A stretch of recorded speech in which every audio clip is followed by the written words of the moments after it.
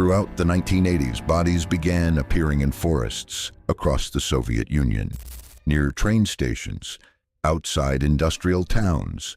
Always the same: children, young women, signs of extreme violence. The killer moved freely across thousands of miles, hunting for over 12 years, while authorities struggled with bureaucracy and denial. He looked like everyone's idea of a respectable citizen: a teacher, a party member, a family man with children. Police arrested the wrong suspect, tortured a confession, executed an innocent man. The real killer kept hunting. By the time they finally caught him, he'd murdered at least 56 people, possibly many more. Andrei Chikatilo lived a double life in Rostov-on-Don. On the surface, he was everything Soviet society valued: a devoted Communist Party member, a teacher, a family man with children. He wore conservative suits, thick glasses, and spoke in the measured tones of an educated professional. Colleagues described him as quiet, perhaps overly strict with students, but fundamentally harmless. Behind this carefully maintained facade, Chikatilo harbored violent compulsions that would claim at least 56 lives, possibly many more. His hunting ground was vast. The Soviet rail system connected cities and towns across thousands of miles, and Chikatilo used it expertly. His job in supply procurement required frequent travel, giving him access to multiple regions without raising suspicion. He understood that victims who disappeared in one jurisdiction might never be connected to crimes in another, especially in a system where information sharing was limited and coordination nearly impossible. Chikatilo targeted the vulnerable with predatory precision. He approached runaways at train stations, offering food and shelter. He befriended homeless youth, promising work or help. He lured women and children into forest areas with various pretenses, then attacked with sudden, overwhelming violence. The murders were brutal and sadistic. Victims suffered terribly before death.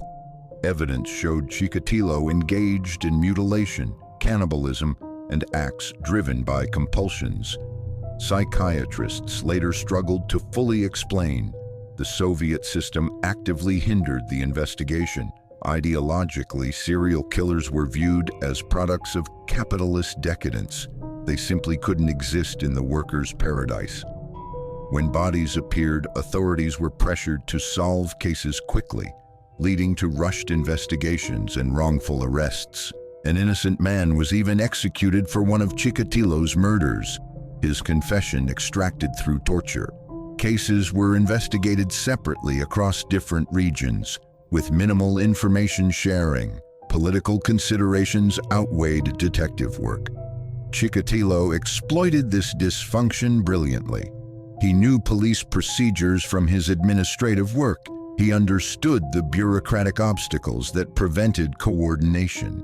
He appeared exactly opposite to what investigators were seeking: educated, employed, married, a party member in good standing.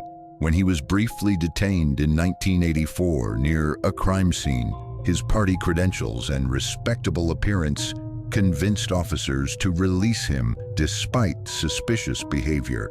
The breakthrough came from persistence, not system efficiency.